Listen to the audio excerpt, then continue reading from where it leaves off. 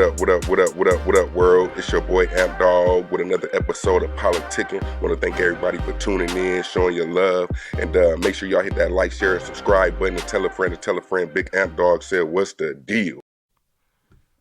What's the deal? What's the deal?" And today we got to talk about this guy, Grayson, man. Somebody who I don't know how in the world he was ever able to get on anybody's police force, put in any type of position to be somebody that we would look to uphold the law, service the community, serve and protect. Anyway, yeah, he was convicted, man. Second degree of the unaliving of Miss Sonya Massey, in which it took him 2 days to deliberate. You know, he was charged with first degree, but they ended up giving the jury instruction right before deliberations to make it an option for second degree, which is what they end up charging him with. He now faces up to 20 years in prison. He will be sentenced January 29th of 2026. Of course, a family, they said that they wish Grayson was convicted of first degree, but the verdict represented a measure of justice for Sonya Massey. And they believe that accountability has begun. Now they hope that the court will impose a meaningful sentence that reflects the severity of these crimes and the life that was lost. I definitely agree with that. So Grayson, he's 31. They say that basically, because, you know, we all seen the body cam footage. If you haven't, it's everywhere online. I'm not going to play it because I keep getting strikes on my YouTube channel, and I don't know why. But either way, they were called to her home. She had called because she wanted to make a report on a possible intruder. This was July 2024. At the time, Massey was in the throes of mental health crisis, her family and officials have said. So if you remember that body cam footage when they knocked at the door, it was like, "What took you so long?" And then one of the officers asks, like, how you doing mentally? Are you okay? You know, she's like, "Yeah, I'm good." So then she invites him into her home, and you can see that Grayson, he already was like short tempered, like just real. In that situation, you would hope that you would come in with some type of sensitivity, knowing that you already know that this woman is suffering some type of mental crisis or anything like that. But he came in real like aggressive, negative, if you ask me. But the prosecutors, they basically argued that Grayson escalated the situation and described his use of force as excessive and unjustified. He was fired in the incident shortly after that. He had the nerve to say he shot her because he believed she was going to throw a pot of boiling water at him, claiming self-defense. But if you remember that video, he tells her, "Oh, go take that pot off the stove. We don't want to have to deal with any fires or anything." So she does it, and as she's taking it off to put it on the counter, you know, she noticed that he takes a step back, or that he's basically, to me, I'm figuring that what went through her mind is that he's kind of taking a defensive stand where I'm just putting the pot on the counter. And then she's like, "You okay?" He was like, "Yeah, I'm just trying to make sure you don't hit me with the boiling water." And then, you know, her being, I would believe, pretty religious, she says, "I rebuke you." And he says, "What?" She says, "I rebuke you in the name of the Lord."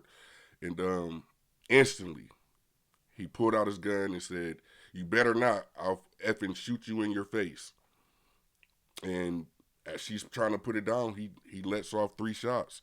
It sucks because he should have never been in this position. And I'm going to get to that in a little bit, but he should have never been in this position. He got a long history of misconduct. But he actually testified in his trial. His partner that was there at the time of the shooting, he testified and said that he was not fearful of her. He was more scared of his partner. That says a lot. And salute to that officer for actually standing up for what's right, you know. So then, yeah, so he basically lets off the shot, and then the other officer, from what I recall in that video, was ready to go render aid, and he's like, "Nah, it's a headshot. She's done," or something like that. Like, just real negative and intentional with his actions, if you ask me. So he was fired, and then, you know, with the pressure from Illinois' governor to resign in order for them to resolve the federal probe with the Justice Department. Now, Grayson's history is the biggest red flag, to where I don't know how certain people get these positions to be able to jump in, and I don't know, bro. But just go through just some of the things that they got. So Springfield officials, meanwhile, called for a review of the department's hiring practices, as they should, after previous allegations of misconduct against Grayson were revealed. Grayson's blemished record included 2 DUIs, a discharge from the U.S. Army for serious misconduct. And if you know anybody that's been in the military, you know you can get those. You could get discharged, an honorable discharge, or a dishonorable discharge. So he was discharged from the Army dishonorably, which they say that's the worst thing you can have on your record. That's worse than having a felony and trying to get a job. You know what I mean? So they say he was let go from the dishonorably discharged from the U.S. Army for serious misconduct and complaints against him from the people he policed, as well as other law enforcement officers. Details of his previous work in law enforcement were excluded from the murder trial. I wonder why. But neither here nor there.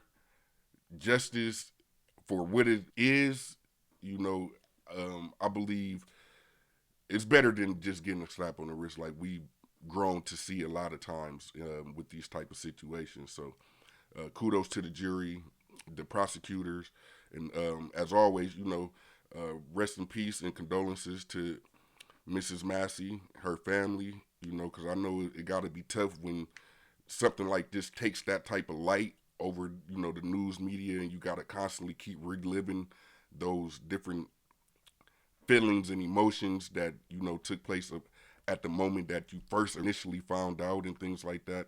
But yeah, so his attorneys tried to say he was in fear for his life. I don't believe that. They called to the stand a use of force expert who said Grayson's actions were appropriate. One expert called the shooting a successful de-escalation. How much did you pay him? And then he took the stand in his own defense. Grayson told the court he considered using the taser, but decided against it because he wasn't sure if it would work through her clothes. He said a taser doesn't work on everybody. He also added, I believe she was going to throw the water. We were trained to use force that's going to gain compliance. No, bro. You wanted to kill her. You even said it. She just said, I rebuke you in the name of Jesus, which meant that you thinking that I'm about to do something crazy or salacious to you with this boiling water, I rebuke that. Don't put that in my aura. Don't bring that energy in my household. You know, a lot of us would know what she meant, but to this man, he took it as I guess a credible threat in his mind, which is just, it doesn't make sense.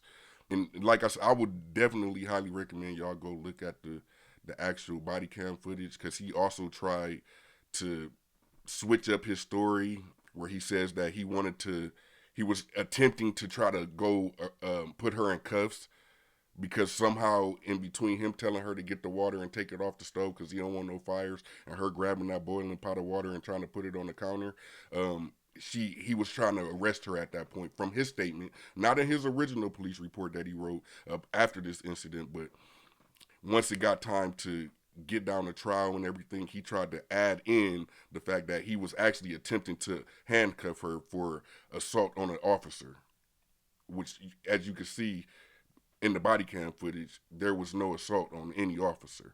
And in fact, his body cam footage didn't pop on until right before he ended up shooting her, you know. So thankfully that his partner who took the stand, you know, thankfully he had his running to where we got to see the entire unaliving without any type of manipulation or any type of narrative that's going to be pushed off by this guy, Sean Grayson.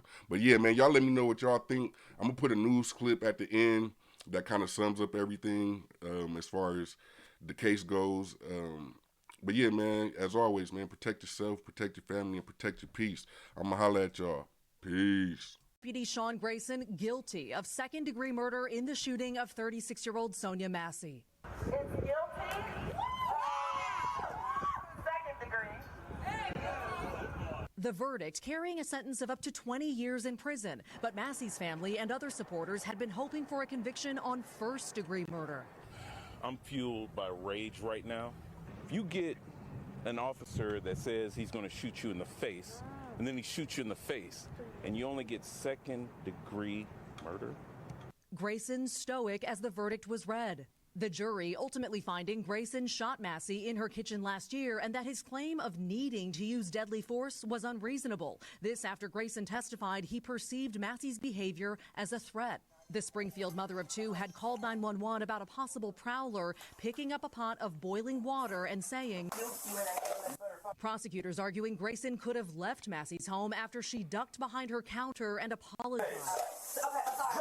Tonight, Massey's father angry, but hopeful Grayson will receive the maximum sentence. Because he showed no remorse. He was so cocky throughout this whole trial. You felt like he was cocky? Oh, yeah. Until today. Until he was convicted. Yeah. That knocked the smirk off. And Maggie, we heard it right there. The Massey family furious. They didn't get that first-degree murder conviction. And this was a result of a late move by the defense. Explain. Yeah, Tom, that's right. Right before closing arguments, the defense introducing that option of second-degree murder, perhaps to spare Grayson the possible life sentence that could have come with a first-degree murder conviction.